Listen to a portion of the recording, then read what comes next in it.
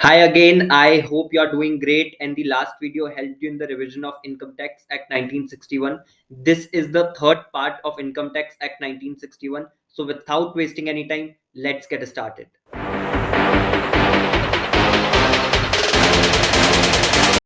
Starting with part third, इसके अंदर हम सबसे पहले कवर कर रहे हैं power to requisition books of account. इसमें बोला है कि principal director general principal director director principal chief commissioner principal commissioner या कमिश्नर, अगर उनके पास रीजन टू बिलीव है दैट एनी पर्सन जिसको सम्मन इशू करे गए हैं to produce any books of account, वो ओमिट या फेल हो जाएगा उनको प्रोड्यूस करने में, या ओमिट या फेल हो गया है प्रोड्यूस करने में कोई भी बुक्स ऑफ अकाउंट या अदर डॉक्यूमेंट जो कि यूजफुल होंगे, एंड जिस पर्सन को सम्मन जो है वो इशू करे जाएंगे वो प्रोड्यूस नहीं करेगा वो बुक्स ऑफ अकाउंट। और कोई भी असेट रिप्रेजेंट करता है हुली या पार्टली इनकम या property which has not been disclosed, तो जो भी वो अथॉरिटीज हैं वो ऑथराइज कर सकती हैं प्रिस्क्राइब्ड अथॉरिटी को टू रिक्वायर द ऑफिसर और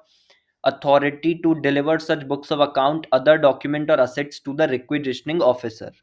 फिर 138 कैपिटल ए सबसेक्शन 2 में लिखा है कि on requisition being made officer और authority shall deliver the books of account to requisitioning officer either forthwith और व्हेन सच ऑफिसर और अथॉरिटीज ऑफ ओपिनियन की retention is no longer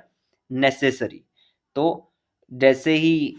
requisition आया है आपको वो डिलीवर कर देना है, ठीक है, जो भी रिक्विजिशनिंग ऑफिसर है उसको, ठीक है, तो इमीडिएटली कर दोगे, या जब वो ऑफिसर और अथॉरिटीज ओपिनियन में है कि retention is no longer necessary तो आप उस ऑफिसर को दे दोगे। तो ये आपको याद रखना है power to requisition books of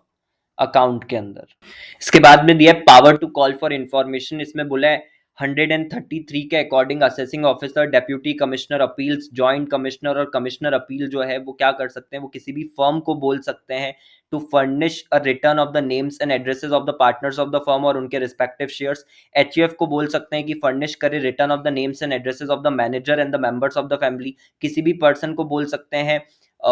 जो कि उनको लगता है कि एज अ ट्रस्टी गार्जियन या एजेंट एक्ट कर रहा है to furnish him with return of names of the person जिनके लिए वो ट्रस्टी गार्जियन और एजेंट के तौर पे एक्ट कर रहा है, और साथ में उनके एड्रेसेस भी मांग सकते हैं उस पर्सन से। फिर किसी भी असेसी को बोल सकते हैं कि वो फर्निश करे statement of the names and address of all the person जिसको कि उसने पे करा है प्रीवियस ईयर में कोई भी rent, interest, commission, royalty, brokerage या एन्यूटी, और ये कौन सी एन्यूटी नहीं होनी चाहिए जो टैक्सेबल होती है अंडर द हेड सैलरीज, और ये आपने पे करा है जिसका अमाउंट जो है वो 1000 रुपीज से अगर ज्यादा का है तो, together with all the particulars of the payments made. And last, require any dealer, broker या एजेंट और एनी पर्सन जो कि कंसर्न्ड है in the management of a stock और commodity exchange to furnish a statement of the names and addresses of all the persons जिसको कि उसने या एक्सचेंज ने पे करा है कोई भी sum in connection with the transfer whether by way of sale, exchange or otherwise of assets, or on whose behalf or from whom he or the exchange has received कोई भी sum together with the particulars of all such payments and receipts। तो ये आपको याद रखना है power to call for information के अंदर। और इसके बाद इसमें एक और चीज, एक और पॉइंट है, require any person including a banking company और any officer to furnish information to such points और मैटर्स या to furnish statement of accounts and affairs verified in the manner जो स्पेसिफाइड करा जाएगा बाय द असेसिंग ऑफिसर या deputy commissioner appeal या joint commissioner या commissioner appeal. Giving information, किस चीज से रिलेटेड इंफॉर्मेशन देना है, giving information in relation to such points और मैटर्स जो कि in the opinion of assessing officer या डेप्यूटी कमिश्नर अपील या जॉइंट कमिश्नर या commissioner appeal will be useful for या रेलेवेंट टू एनी इंक्वायरी और प्रोसीडिंग। तो ये 6 पॉइंट्स जो है वो आपको ध्यान में रखने हैं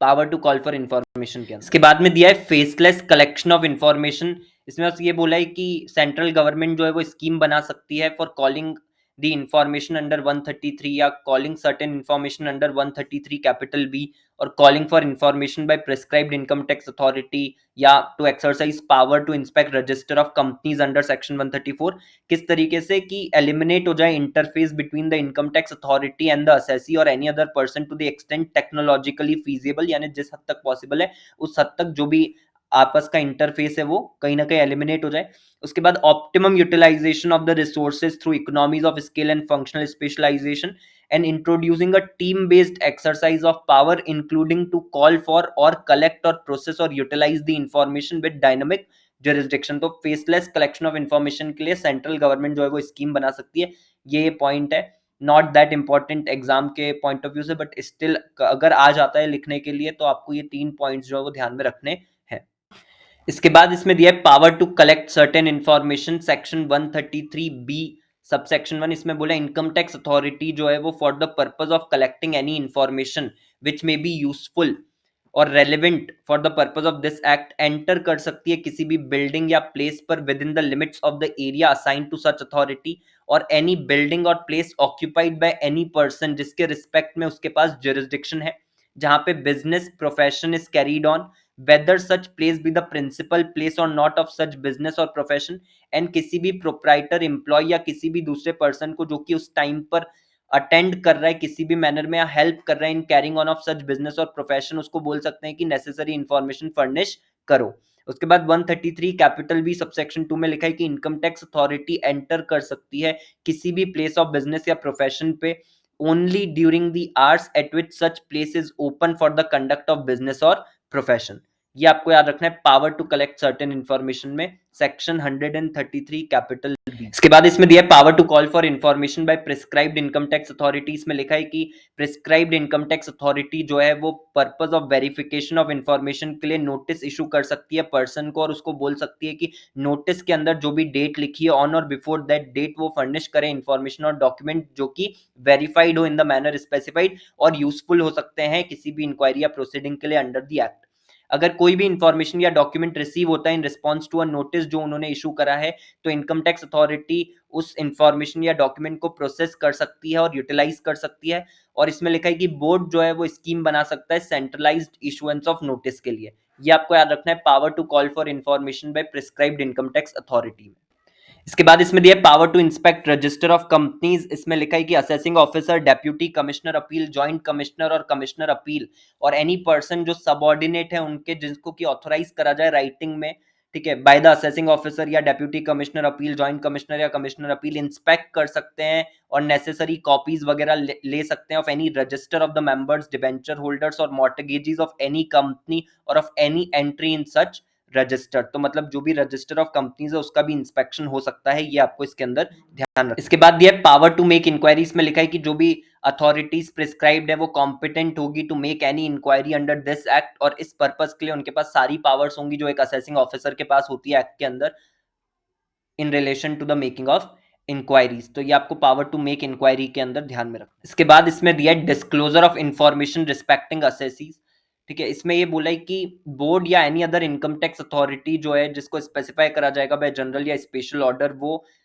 फर्निश कर सकते हैं किसी भी दूसरे ऑफिसर अथॉरिटी बॉडी को जो परफॉर्म कर रहे हैं फंक्शंस अंडर एनी लॉ जो रिलेटेड है imposition of any tax duty या सेस से या फिर डीलिंग्स इन फॉरेन एक्सचेंज से, या सच ऑफिसर और अथॉरिटी या बॉडी को जो परफॉर्म कर रही है functions under any other law जो कि सेंट्रल गवर्नमेंट स्पेसिफाई कर दे by way of notification in the public interest, कोई भी इंफॉर्मेशन जो उनको रिसीव हुई है ऑब्टेन हुई है, ठीक है, in the performance of his functions under the income tax act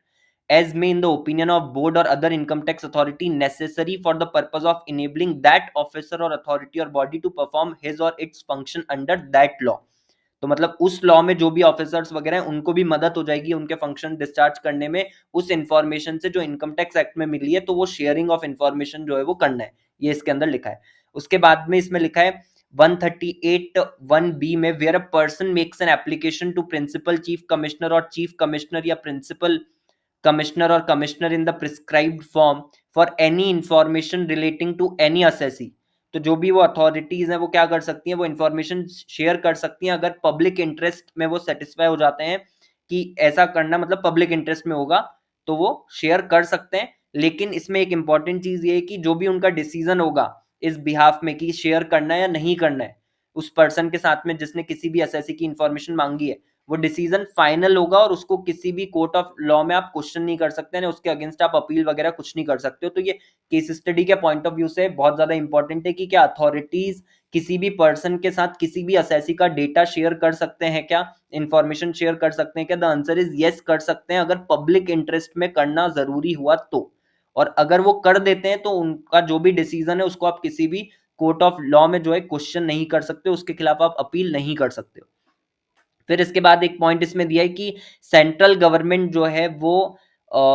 by order notified in the official gazette direct कर सकती है कि नो इंफॉर्मेशन और डॉक्यूमेंट शैल बी फर्निश्ड और produced by a public servant in respect of such matter relating to such class of assessee और except to such authorities as may be specified in the order. यानी public servant जो है वो information या document वगैरह with respect to particular class of assessees जिनको specify कर दे government share नहीं करेगा, या करना भी है तो कुछ ही अथॉरिटीज को करना है, सबको नहीं करना है, जो भी central government by order notify करे ऑफिशियल गैजेट में। तो ये पूरा आपको याद रखना है disclosure of information respecting assessees के अंदर। और इस टॉपिक के साथ ही जो हमारा चैप्टर नंबर 5 है वो भी खत्म हो जाता है। तो इसके बाद में कौन सा चैप्टर मेरे को रिवाइज करवाना चाहिए, कवर करना चाहिए, वो भी आप लोग कमेंट सेक्शन में जो है बता सकते हो। I hope this video helped you in the revision of the provision discussed and get better understanding of the provision. Thank you so much for watching this video, and I will see you in the next one.